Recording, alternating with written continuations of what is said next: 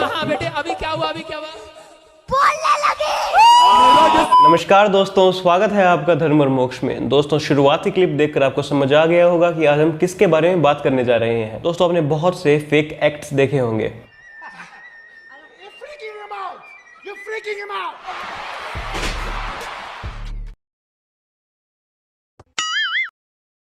कुछ भी इससे भी बड़े लेवल के। कभी जूतों की सेवा की आपने? अब जाते हो किसी मंदिर में तो वहां जूतों की सेवा अब चाहे 2 महीने में एक बार कर लो, 4 महीने में कर लो, तो कृपा आपकी बहुत बढ़ जाएगी। कोई सेंस है इस बात की? मगर आज हम एक्टर्स में सबसे बड़े एक्टर, खिलाड़ियों में सबसे बड़े खिलाड़ी, एक ऑलराउंडर की बात करेंगे। नहीं, मैं अक्षय कुमार की बात नहीं कर रहा, मैं बात कर रहा हूँ पास्टर बजिंदर सिंह की।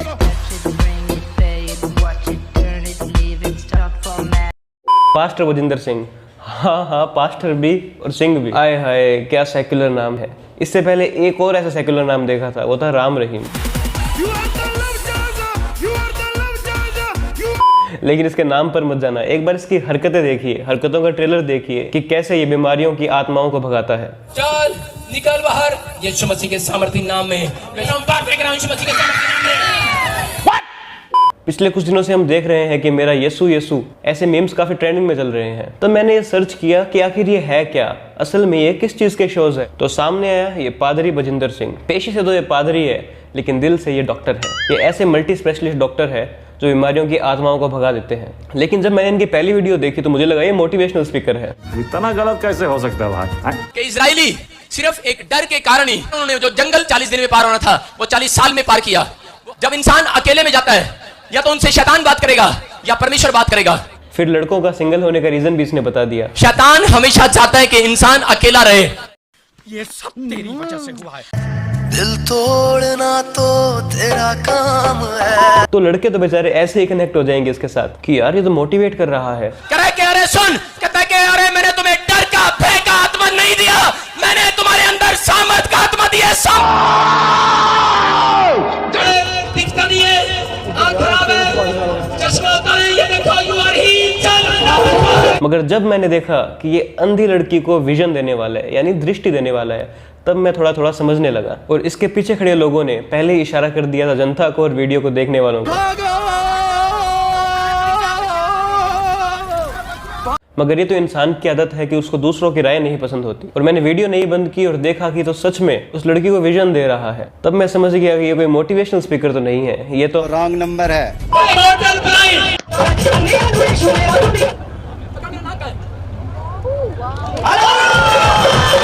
और मुझे इस बच्ची के लिए दुख हो रहा है। बेचारी को रोजी रोटी के लिए क्या क्या करना पड़ रहा है और इसे क्या क्या करवाया जा रहा है। By birth, totally blind girl, healed by man of God, Prophet Bajinder Singh. और जब भी आप ये लाइन सुन लेना मैन ऑफ गॉड, तब समझ जाना कुछ ना कुछ गड़बड़ है। मगर जब भी ऐसा कुछ ऑडियंस देख रही हो तो उन्हें समझ आ जाना चाहिए ऐसा कुछ पॉसिबल नहीं है और उनका रिएक्शन कुछ ऐसा होना चाहिए। लेकिन असल में उन्होंने कैसे रिएक्ट किया? साला हिंदुस्तान में जब तक सलीमा है। और इसी वीडियो के साथ मुझे समझ आया कि ये कोई मोटिवेशनल स्पीकर नहीं है। इससे ना सिर्फ वीडियो बंद करने का मोटिवेशन मिलता है ताकि बाद में क्रोसिन ना लेनी पड़े। फिर मैंने इसकी और वीडियोस देखी और समझ आया कि ये सिर्फ आंखों के डॉक्टर ही नहीं है, ये घुटनों के डॉक्टर भी है। तेरे लिए प्रार्थना कर रहा हूँ, हालेलुया। इसी समय छोड़ दो गंदी आत्माओं, छोड़ दो। अरे ये क्यों भाग रहे हैं? बोला तो गंदी आत्माओं को है। बेचारे भूल गए होंगे, टेंशन बहुत है ना। छोड़ दो, जाओ जाओ, छोड़ो इसको। यीशु मसीह के नाम में। एक काम कर, 200 रुपए दे और 50 रुपए काट ओवर एक्टिंग के वजह। सालों से व्हील चेयर पर बैठी औरत को ये स्प्रे मारकर भगा रहा है। मुंह खोल, पीछे पकड़, पीछे। शाबाश, उठ। This is beyond science. Doctor औरतों का व्यापार लगता है संकट में है। और भैया इस स्प्रे का असर फास्ट और परमानेंट है।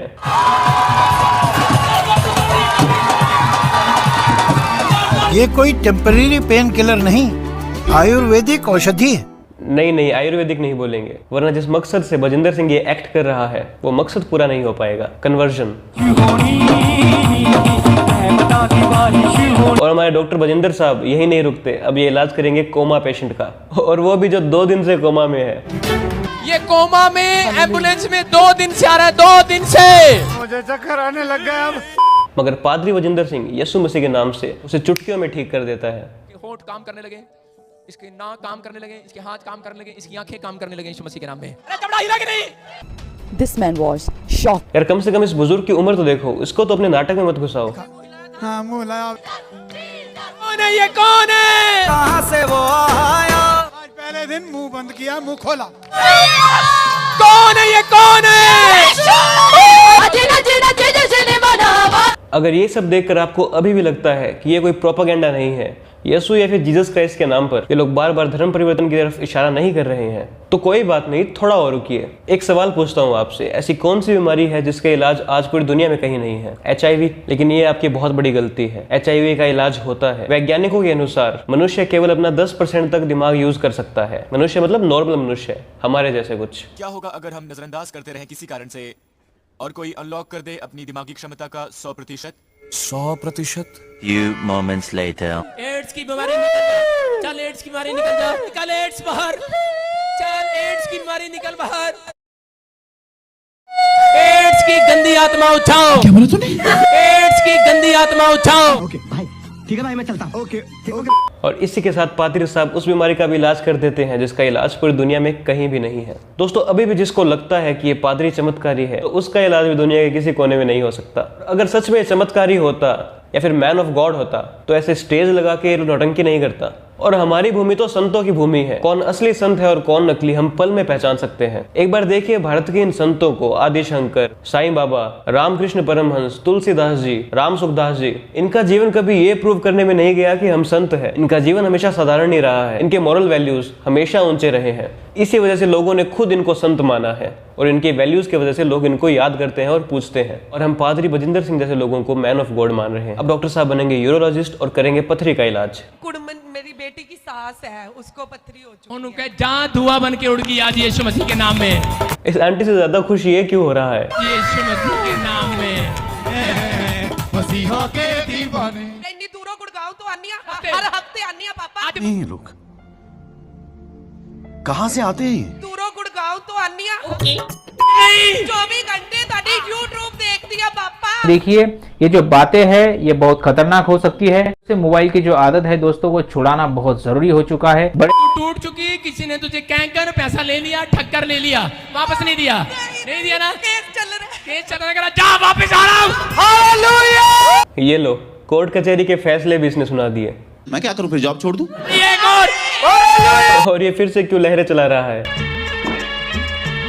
जब बजिंदर सिंह पहली बार अमृतसर में परफॉर्म करने गया था, तो एक बार लोगों का रिएक्शन देखिए। बहुत अच्छा लग रहा है, बहुत खुश हैं कि हम उनको मिल रहे हैं। हम उम्मीद लगा के कि हम यहाँ से बहुत आशीष भरकर लेके जाएंगे। प्रैक्टिकली देखूंगे उनको। और जब प्रैक्टिकली देखा तो और बड़ी फैन हो गई होगी। देखो, आपका नाम परमजीत। वाह, पादरी जी को नाम भी पता है। आज वो दुष्ट आत्माएं आपको छोड़कर जा रही हैं, वो छोड़कर जा रही हैं, वो चीज छोड़ दो इसको आज की रात। वाह, पादरी जी ने आत्मा से मुक्त करा दिया। क्या प्रैक्टिकल एक्सपीरियंस है। मैं देख रहा हूँ आपकी पत्नी के ऊपर एक नहीं 14,000 दुष्ट आत्माएं इसके ऊपर एंट्री छोड़ी गई है, छोड़ी गई। भाई साहब कुछ ज्यादा नहीं हो गया ये? मतलब कुछ भी।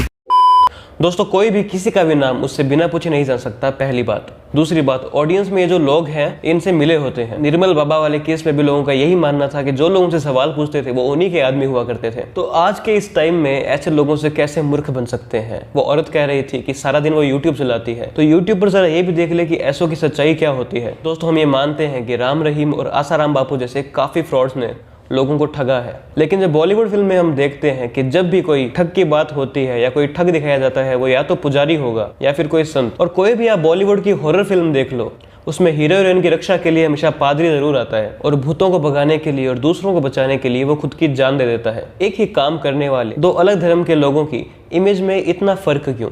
फ्रॉड्स तो आपको हर एक रिलीजन में देखने को मिलेंगे, तो फिल्मों में सिर्फ हिंदू संतों को ही क्यों शोकेस किया जाता है? जब भी ऐसा सवाल उठता है तो मोस्टली लोग इनके दो जवाब देते हैं, और आगे की क्लिप्स में हम इन दोनों जवाबों का खंडन करेंगे। पहला जवाब, यार फ्रॉड्स तो सभी रिलीजन में होते हैं, मगर जो हिंदू रिलीजन वाले हैं वो फ्रॉड के साथ रेपिस्ट भी होते हैं। 2 मिनट। जो खुद को देवदूत कहते नहीं थकते, जिन्हें और जो खुलेआम लोगों का डर दूर करने का दावा करते नहीं थकते थे, वो इस वक्त डरे हुए हैं। ये डर मुझे अच्छा लगा। और पुलिस में लिखी शिकायत पर यकीन किया जाए तो पादरी बजिंदर ने एक महिला के साथ रेप किया। पुलिस के पास ऐसी कई शिकायतें पहुंची हैं जिसमें पादरी का नाम लिखवाया गया है। के पादरी लाल एन एस शाइन और 4 महिलाओं समेत 7 लोगों को गिरफ्तार किया है। पुलिस ने कन्याकुमारी के फेडरल चर्च ऑफ इंडिया में छापा मारा। दरअसल अच्छा यहाँ भी ऐसा होता है क्या? हाँ भाई गलत है। संतों को रेपिस्ट प्रूफ करने के लिए आश्रम जैसी सीरीज तो बन जाती है, और ये सही भी है, ऐसे लोगों को एक्सपोज करना चाहिए। राम रहीम आसाराम बाबू जैसे संतों के बिल्कुल खिलाफ हूँ, मगर आप जरा दूसरी ओर भी देखिए। केवल लेंस लगाकर हिंदुओं की गलती को ढूंढना गलत है। ये तो हो गया पहले जवाब का खंडन। अब सेकंड जवाब का खंडन करते हैं। यार फ्रॉड संत इतने हैं तो फिल्म उस पर ही बनेगी। किसी और रिलीजन में देखा है कोई इतना ही फ्रॉड हो? एक बजिंदर सिंह फ्रॉड निकल गया, इसका मतलब ये थोड़ी है कि आप उसके रिलीजन को टारगेट कर दोगे। भाई रुक एक बार देख। एड्स की बीमारी निकल जा, चल एड्स की बीमारी निकल जा एड्स की। कौन है तू? मैं शेषनाग हूं।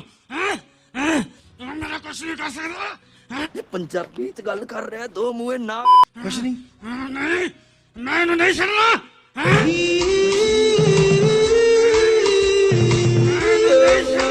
तो तेरी नौकरी खा जाऊंगा मैं। मास्टर में काट नहीं सकेगा। अब देखो शैतान इसके बिजनेस एक्सपेंड करने में कितनी मदद करेगा। कोई पादरी शैतान को इसके शरीर से नहीं निकाल पाया, लेकिन ये निकालेगा। निकले शरीर से भी फ्री दिस इज बिजनेस।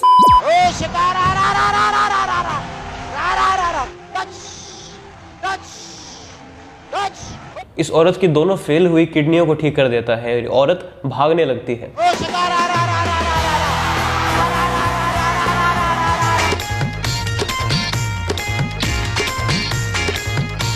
अब समझ आ गया इन लोगों का एक ही पैटर्न है। पहले ये लोग अपने ही आदमियों को बुलाएंगे और फिर ठीक करेंगे और फिर नाचने लगेंगे। आर्ट थेरेपी वो क्या है? एक इलाज, अंग्रेजी इलाज को एलोपैथी कहते हैं, जड़ी बूटी के इलाज को आयुर्वेद और कला के इलाज को आर्ट थेरेपी। और सिर्फ इंडिया में ही नहीं, भारत से बाहर भी ये लोग चमत्कार करते हैं।